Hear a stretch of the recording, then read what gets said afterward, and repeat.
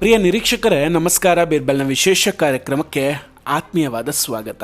ವೀಕ್ಷಕರೇ, ಟಗರು ಜಿಂದಾ ಹೈ.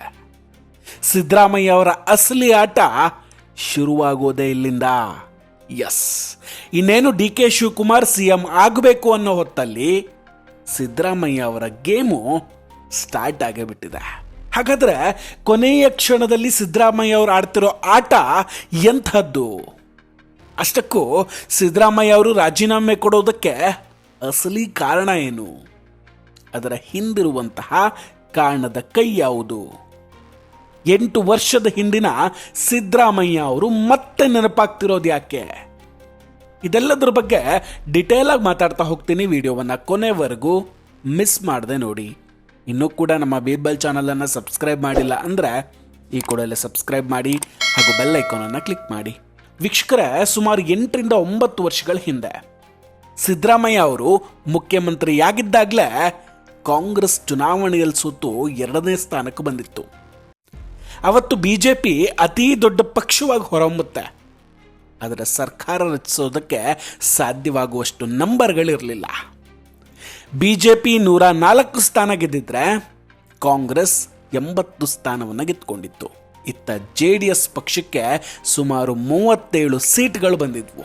ಆಗ ರಾಹುಲ್ ಗಾಂಧಿ ಅವರು ಬಿಜೆಪಿಯನ್ನು ಹೇಗಾದರೂ ಸರಿ ಅಧಿಕಾರದಿಂದ ದೂರ ಇಡಬೇಕು ಅಂತ ಹೇಳಿ ಕುಮಾರಸ್ವಾಮಿ ಅವರನ್ನ ಮುಖ್ಯಮಂತ್ರಿಯಾಗಿ ನೇರವಾಗಿ ಘೋಷಣೆ ಮಾಡ್ತಾರೆ. ವೀಕ್ಷಕರ, ಆಗಿನ ಒಂದು ದೃಶ್ಯ ಇನ್ನೂ ನೆನಪಿಗೆ ಬರ್ತಾ ಇದೆ. ಒಂದ್ಸಲ ಈ ಕುಮಾರಸ್ವಾಮಿ ಅವರು ಮುಖ್ಯಮಂತ್ರಿಯಾಗಿ ಪ್ರಮಾಣ ವಚನ ಸ್ವೀಕರಿಸುವಂತಹ ಕಾರ್ಯಕ್ರಮದ ವಿಡಿಯೋ ಇದ್ರೆ ಸರಿಯಾಗಿ ಗಮನ ಕೊಟ್ಟು ನೋಡಿ. ಅವತ್ತು ಇಡೀ ದೇವೇಗೌಡರ ಕುಟುಂಬ ವೇದಿಕೆ ಮೇಲಿತ್ತು. ಸೋನಿಯಾ ಗಾಂಧಿ ಮತ್ತು ಮಾಯಾವತಿ ಅವರಂತೂ ಒಬ್ರಿಗೊಬ್ರು ಅವರೇನೋ ಚೈಲ್ಡ್ಹುಡ್ ಫ್ರೆಂಡ್ಸ್ ಅನ್ನೋ ಹಾಗೆ ಮಾತಾಡ್ಕೊಳ್ತಿದ್ರು. ಜೊತೆಗೆ ಮಮತಾ ಬ್ಯಾನರ್ಜಿ ಹಾಗೂ ಇಡೀ ವಿರೋಧ ಪಕ್ಷದ ನಾಯಕರು ಅಲ್ಲಿ ಹಾಜರಾಗಿದ್ರು. ಅದರಲ್ಲಿ ಒಂದು ಗಮನಿಸಬೇಕಾದ ಅಂಶ ಏನಂದ್ರೆ, ಆಗ ತಾನೇ ಮಾಜಿ ಮುಖ್ಯಮಂತ್ರಿಯಾಗಿದ್ದಂತಹ ಸಿದ್ದರಾಮಯ್ಯ ಅವರು ವೇದಿಕೆ ಮೇಲೆಲ್ಲೂ ಕಾಣಿಸ್ಕೊಂಡಿರಲಿಲ್ಲ. ಬದಲಾಗಿ ಅವರವತ್ತು ಕೆಳಗೆ ಕೂತ್ಕೊಂಡಿದ್ರು. ಮಾಜಿ ಸಿಎಂ ಆಗಿ ಅವರಿಗೆ ವೇದಿಕೆಯ ಮೇಲಿರುವಂತಹ ಎಲ್ಲ ಹಕ್ಕು ಇತ್ತು. ಆದರೆ ಸಿದ್ದರಾಮಯ್ಯ ಅವರು ಮಾತ್ರ ಅಲ್ಲಿ ಹೋಗಿರಲಿಲ್ಲ. ಅವರನ್ನು ಅಲ್ಲಿ ಕರೆದೂ ಇರಲಿಲ್ಲ. ಅದರ ಪರಿಣಾಮ ಆ ಸರ್ಕಾರ 1 ವರ್ಷವೂ ಕೂಡ ಸುಗಮವಾಗಿ ನಡೆಯೋದಕ್ಕಾಗಿರಲಿಲ್ಲ. ಸ್ವತಃ ಸಿದ್ದರಾಮಯ್ಯನವರೇ ತಮ್ಮ ನಿಷ್ಠಾವಂತ ಶಾಸಕರನ್ನ, ಸುಮಾರು 14 ರಿಂದ 15 ಶಾಸಕರನ್ನ ಬಿಜೆಪಿಗೆ ಕಳಿಸಿ ಕುಮಾರಸ್ವಾಮಿ ಸರ್ಕಾರವನ್ನು ಬೀಳುವಂತೆ ಮಾಡಿದ್ರು ಅನ್ನೋ ಮಾತು ಕೂಡ ಇದೆ. ಪಾಪ ಡಿ ಕೆ ಶಿವಕುಮಾರ್ ಅವರಂತೂ ಮುಂಬೈನಲ್ಲಿ ಮಳೆಯಲ್ಲಿ ನೆಂದ್ಕೊಂತ ರೆಸಾರ್ಟ್ ರಾಜಕಾರಣದ ನಡುವೆ ಶಾಸಕರನ್ನ ವಾಪಸ್ ತರೋದಕ್ಕೆ ಟ್ರೈ ಮಾಡ್ತಾ ಇದ್ರು. ಈಗಲೂ ನೋಡಿ, ರಾಜೀನಾಮೆ ಕೊಟ್ಟ ನಂತರ ಸಿದ್ದರಾಮಯ್ಯ ಅವರು ತಾನು ದೆಹಲಿಗೆ ಅಥವಾ ರಾಜ್ಯಸಭೆಗೆ ಬರೋದಿಲ್ಲ ಅಂತ ಹೇಳ್ತಾ ಇದ್ದಾರೆ. ಅದರ ಅರ್ಥ, ನೀವು ಪ್ರಮಾಣ ವಚನ ಸ್ವೀಕರಿಸ್ಕೊಳ್ಳಿ, ನಾನು ಕೆಳಗೆ ಕೂತ್ಕೋತೀನಿ, ಆದರೆ ಸರ್ಕಾರವನ್ನು ಮಾತ್ರ ಸುಗಮವಾಗಿ ನಡೆಸೋದಕ್ಕೆ ಬಿಡೋದಿಲ್ಲ ಅನ್ನೋದಾ? ಇದೀಗ ಡಿ ಕೆ ಶಿವಕುಮಾರ್ ಹಾಗೂ ರಾಹುಲ್ ಗಾಂಧಿ ಅವರಿಗೆ ಒಂದು ದೊಡ್ಡ ತಲೆನೋವಾಗಿ ಪರಿಣಮಿಸಿದೆ. ನೋಡಿ, ಎಕ್ಸಾಕ್ಟ್ ಪಂಜಾಬ್ನಲ್ಲೂ ಕೂಡ ನವಜೋತ್ ಸಿಂಗ್ ಸಿದ್ದು ಅವರನ್ನು ತಂದಾಗ ಇಂತಹದ್ದೇ ಪರಿಸ್ಥಿತಿ ನಿರ್ಮಾಣ ಆಗಿತ್ತು. ಪಂಜಾಬ್ನಲ್ಲಿ ಯಾವಾಗ ಸಿದ್ದು ಅವರನ್ನು ತಂದ್ರೋ ಆಗ ಕಾಂಗ್ರೆಸ್ ಕೈಯಿಂದ ಇಡೀ ರಾಜ್ಯವೇ ಹೋಗುತ್ತೆ. ಆಮ್ ಆದ್ಮಿ ಪಕ್ಷ ಗೆದ್ಕೊಳ್ಳುತ್ತೆ. ಈಗ ಕರ್ನಾಟಕದಲ್ಲೂ ಕೂಡ ಸಿದ್ದರಾಮಯ್ಯ ಅವರ ವಿಚಾರದಲ್ಲಿ ರಾಹುಲ್ ಗಾಂಧಿ ಮಾಡ್ತಾ ಇರೋದು ಅದೇ ತಪ್ಪು. ನೋಡಿ, ಇತ್ತೀಚೆಗೆ ಚುನಾವಣೆಗಳನ್ನು ನೋಡಿದ್ರೆ ದೇಶದಲ್ಲಿ ಕೇವಲ ಹಿಂದುತ್ವದ ಅಲೆ ಅಲ್ಲ, ಬದಲಾಗಿ ಸುನಾಮಿಯೇ ಎದ್ದಿದೆ. ಇದಕ್ಕೆ ಬಂಗಾಳ ಒಂದು ಬೆಸ್ಟ್ ಎಕ್ಸಾಂಪಲ್ಲು, ಒಂದು ದೊಡ್ಡ ಸೂಚನೆ ಅಂತ ಹೇಳ್ಬೋದು. ಇನ್ನೊಂದು ಮುಖ್ಯ ವಿಷಯ ಏನಂದರೆ ಜಾತಿ ರಾಜಕಾರಣ. ಡಿ ಕೆ ಶಿವಕುಮಾರ್ ಅವರು ಒಕ್ಕಲಿಗ ಸಮುದಾಯಕ್ಕೆ ಸೇರಿದವರು, ಆದರೆ ದಕ್ಷಿಣ ಕರ್ನಾಟಕಕ್ಕೆ ಮಾತ್ರ ಸೀಮಿತರಾಗಿದ್ದಾರೆ. ಆದರೆ ಅದೇ ಸಿದ್ದರಾಮಯ್ಯ ಅವರು ಕುರುಬ ಮತ್ತು ಹಿಂದುಳಿದ ವರ್ಗಗಳ ದೊಡ್ಡ ನಾಯಕರು. ಸೊ ಈಗ ಅವರನ್ನು ಮುಖ್ಯಮಂತ್ರಿ ಸ್ಥಾನದಿಂದ ತೆಗೆದು ಹಾಕಿದ್ರೆ ಆ ಇಡೀ ಸಮುದಾಯ ಕಾಂಗ್ರೆಸ್ನಿಂದ ದೂರ ಆಗಿಬಿಡುತ್ತೆ. ಈಗಾಗಲೇ ಕಾಂಗ್ರೆಸ್ಗೆ ರಾಜ್ಯದಲ್ಲಿ ಗೆಲ್ಲುವಂತಹ ಸ್ಥಾನಗಳು ತೀರಾ ಕಡಿಮೆ ಇದೆ.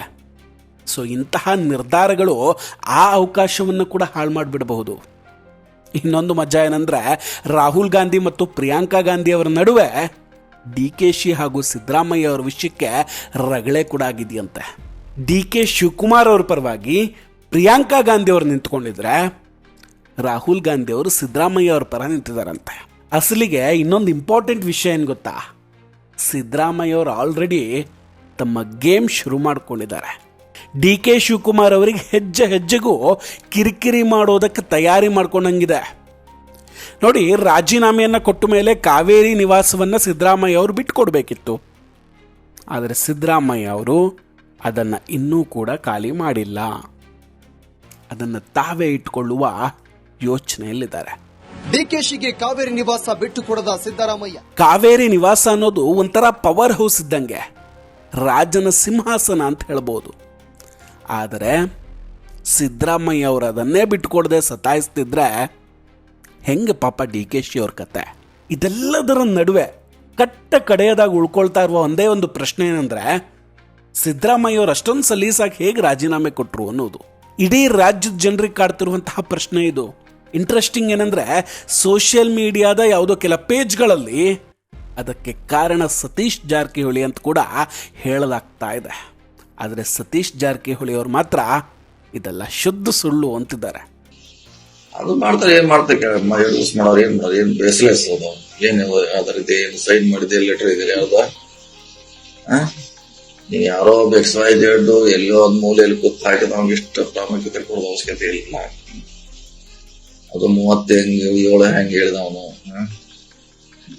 ಮತ್ತ ಅವ್ರು ಯಾರು ಅಷ್ಟು ಪ್ರಬಲ್ ಇದಾರ, 37 ಜನ ಯಾರು ಸೇಮ್ ಹಿಡಿದಾರ, ಸುಮ್ಮನೆ ಯಾವ್ಯಾವ ಹಾಕಿದಾನೆ. ಅದ್ರ ಹಿಂದೆ ಯಾವುದೋ ಒಂದು ಕಾಣದ ಕೈಗಳು ಅದನ್ನ ಪುಷ್ ಮಾಡ್ತಾ ಇದೆ.